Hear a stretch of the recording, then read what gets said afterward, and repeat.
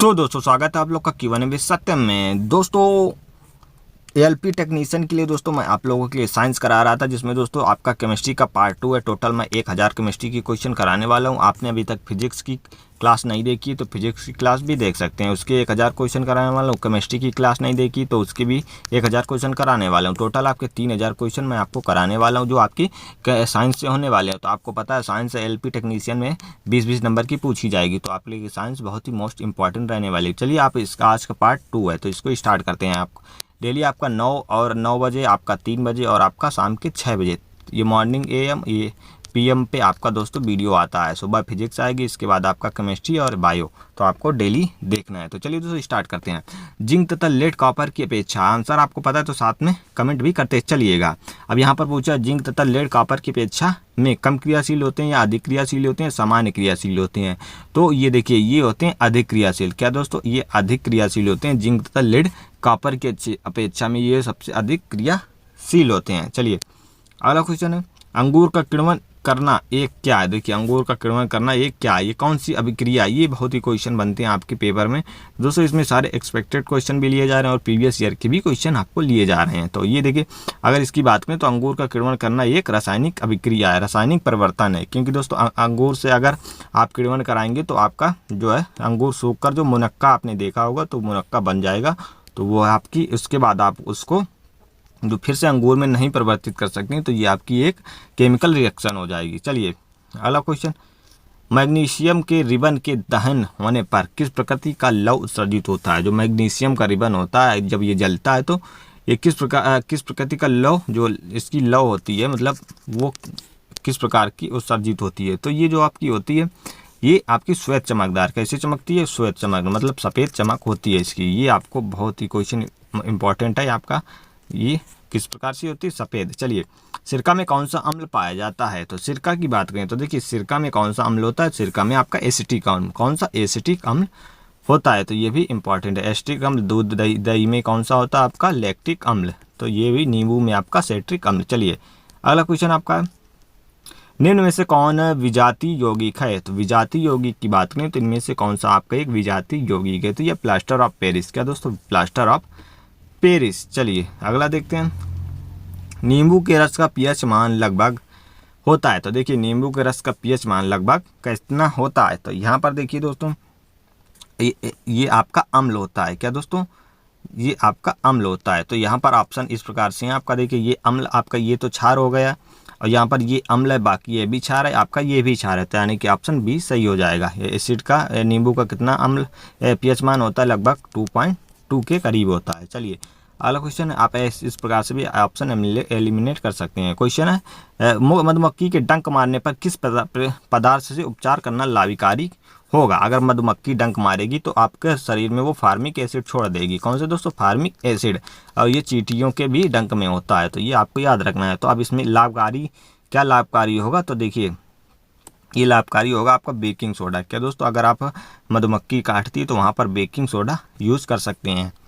चलिए अगला क्वेश्चन है, मुंह साफ करने के लिए किस प्रकार के मंजन का व्यवहार करना चाहिए जिससे कि दंत क्षय रोका जा सके। मतलब आपका दंत जो दांत हैं जो गिरने से रोका जा सके, तो किस मुंह साफ करने किस प्रकार का मंजन का व्यवहार करना चाहिए। तो मंजन कैसा होना चाहिए, अम्लीय होना चाहिए या क्षारीय होना चाहिए।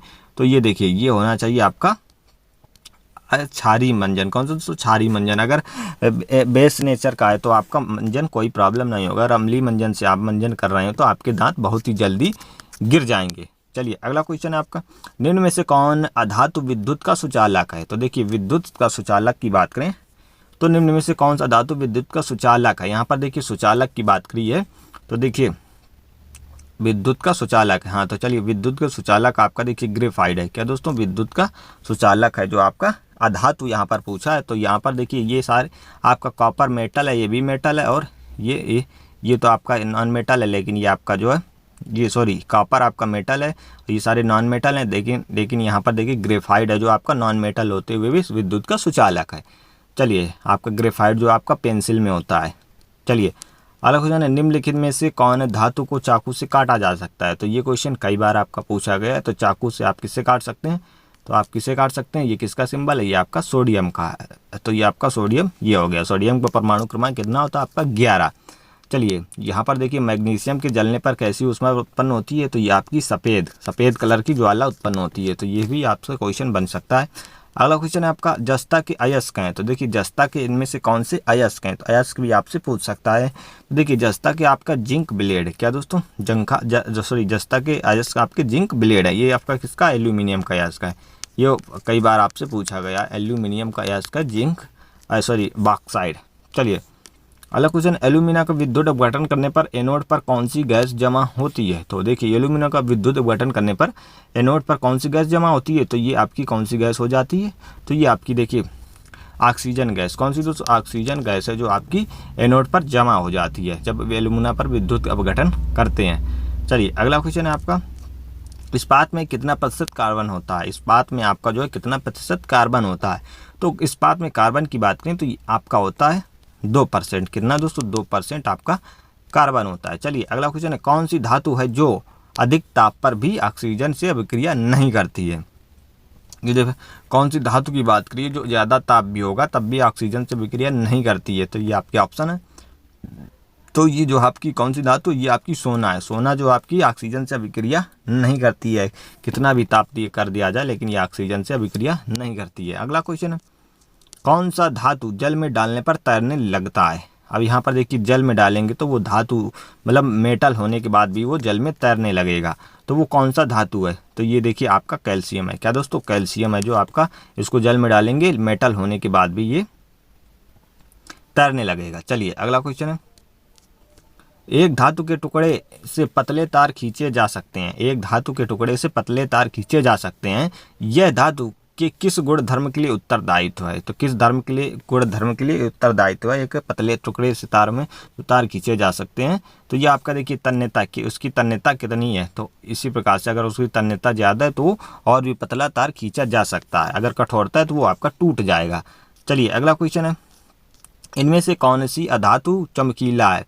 इसमें देखिए नॉन मेटल जो आपका कौन सा चमकीला नॉन मेटल है, तो यहाँ पर चमकीले नॉन मेटल की बात करें तो ये देखिए चमकीला नॉन मेटल आपका ब्रोमीन होता है। क्या दोस्तों, ब्रोमीन आपका चमकीला नॉन मेटल होता है। दोस्तों आपको इसका कमेंट में बताना है इसका परमाणु क्रमांक यानी कि ऑक्सीडेशन नंबर। चलिए इसका परमाणु क्रमांक बताना है क्या। धातु के बर्तन में खाना बनाया जाता है क्योंकि यह ऊष्मा का क्या है दोस्तों, ऊष्मा का सुचालक है या द्वारचालक या कुचालक है। तो देखिए धातु के बर्तन में खाना इसलिए बनाया जाता है क्योंकि दोस्तों ये जो है ऊष्मा का क्या है दोस्तों, ये सुचालक है। क्या दोस्तों, ऊष्मा का ये सुचालक है आपका ये क्वेश्चन। ठीक है, इसके बाद 48, इसके बाद 49। ये देखिए 49वां क्वेश्चन है, कौन सी धातु जल के साथ अभिक्रिया करती है। तो जल के साथ कौन सी धातु अभिक्रिया कर लेती है, तो देखिए जल के साथ अभिक्रिया आपकी कौन सी धातु कर लेती है, तो ये आपकी जैसी पोटेशियम। क्या दोस्तों, पोटेशियम जो आपके साथ जल के साथ अभिक्रिया कर लेती है। चलिए आयनिक यौगिक के गलनांक एवं क्वथनांक है। जो आयनिक यौगिक होते हैं तो इनमें से गलनांक और इनका क्वथनांक कैसा होता है, तो ये उच्च होता है। क्या दोस्तों, उच्च होते हैं। आयनिक यौगिक के गलनांक एवं क्वथनांक जो है उच्च होते हैं। चलिए अगला क्वेश्चन, मैग्नीशियम के दहन से जो उत्पादक बनते हैं यानी कि मैग्नीशियम जो जलाते हैं, जब मैग्नीशियम का जलाते हैं तो उसके उत्पाद बनते हैं वो कैसे होते हैं, किस प्रकृति होते हैं। जलने पर ये सफ़ेद ज्वाला उत्पन्न होती है, तो जब इसके उत्पाद बनते हैं तो वो किस प्रकार मतलब अम्लीय होते हैं, उदासीन होते हैं, क्षारीय होते हैं। तो देखिए इनकी बात करें तो ये आपका देखिए होते हैं क्षारीय। क्या दोस्तों, ये क्षारीय बनते हैं। जब मैग्नीशियम का दहन करते हैं तो ये क्षारीय बनते हैं यानी कि बेस नेचर की। अगला क्वेश्चन, सोडियम लिथियम कैल्शियम। देखिए सोडियम लिथियम और आपका कैल्शियम और निकेल।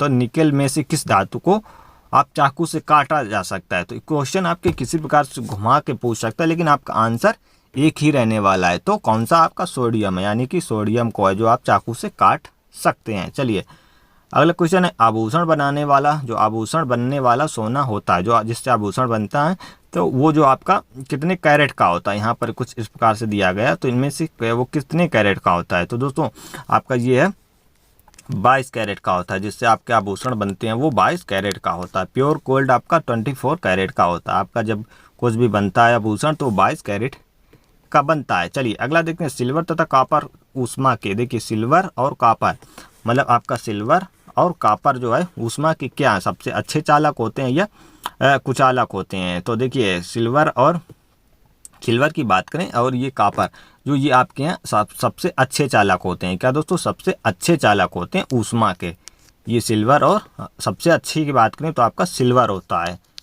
चलिए अगला क्वेश्चन है, इनमें से कौन सी धातु द्रव अवस्था में पाई जाती है? तो इनमें से कौन सी धातु जो द्रव अवस्था में पाई जाती है, तो ये आपकी कौन सी होती है?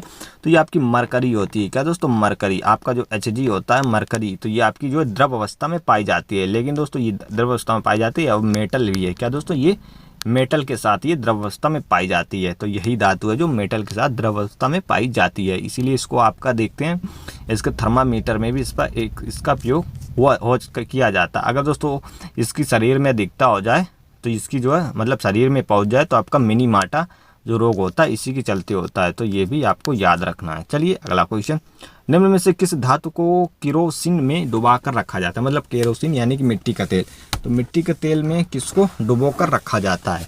तो ये आपका किसको, आपका जो सोडियम को, किसको दोस्तों? सोडियम को। इसी को चाकू से काट सकते हैं, ये मेटल को आप चाकू से काट सकते हैं और इसको केरोसिन में डिबाकर केरोसिनियम मिट्टी के तेल में डिबा कर रखा जाता है। चलिए अगला है, निम्न में से कौन से अधातु में निम्न में से कौन अधातु पानी में डुबा कर रखी जाती है? अब यहाँ पर देखिए पानी की बात करें तो अधातु है, यहाँ पर नॉन मेटल है ये, तो नॉन मेटल को है जो पानी में डुबो कर रखी जाती है। तो ये आपकी कौन सी है? श्वेत फास्फोरस के, सफ़ेद फास्फोरस को है जो पानी में डुबा कर रखी जाती है। चलिए अगला क्वेश्चन है, निम्न में से कौन सी धातु तार के रूप में उपलब्ध है? अब यहाँ पर देखिए धातु जो मेटल है तार के रूप में उपलब्ध है, तो आपको पता ही होगा कौन सी, ये आपकी देखिए कॉपर है। कॉपर जो आपका पता होगा घर में तार यूज किया जाता है कॉपर का, पंखे में वायरिंग भी कॉपर की ही होती है।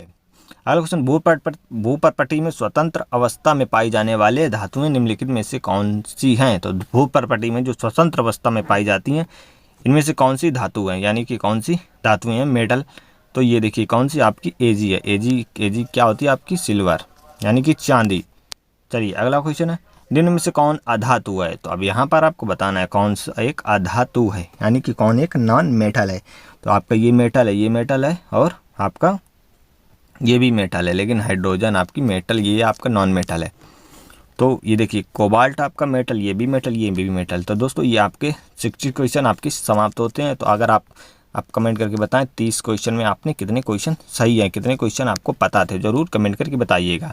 तो चलिए दोस्तों, वीडियो पसंद आए वीडियो को लाइक करें, अपने दोस्तों के साथ जरूर शेयर करें। आपकी सीरीज ये डेली जारी रहेगी, तो आप जरूर जुड़िए और अपने दोस्तों के साथ में जोड़िए। और आप फिजिक्स की क्लास भी देख लीजिएगा और केमिस्ट्री की भी क्लास देख लीजिएगा फर्स्ट पहले दिन की, और इसके बाद आप बायो की भी क्लास देख लीजिएगा। चलिए दोस्तों, वीडियो पसंद है तो लाइक करें, चैनल को सब्सक्राइब करें। मिलते हैं नेक्स्ट वीडियो में। जय हिंद, वंदे मातरम।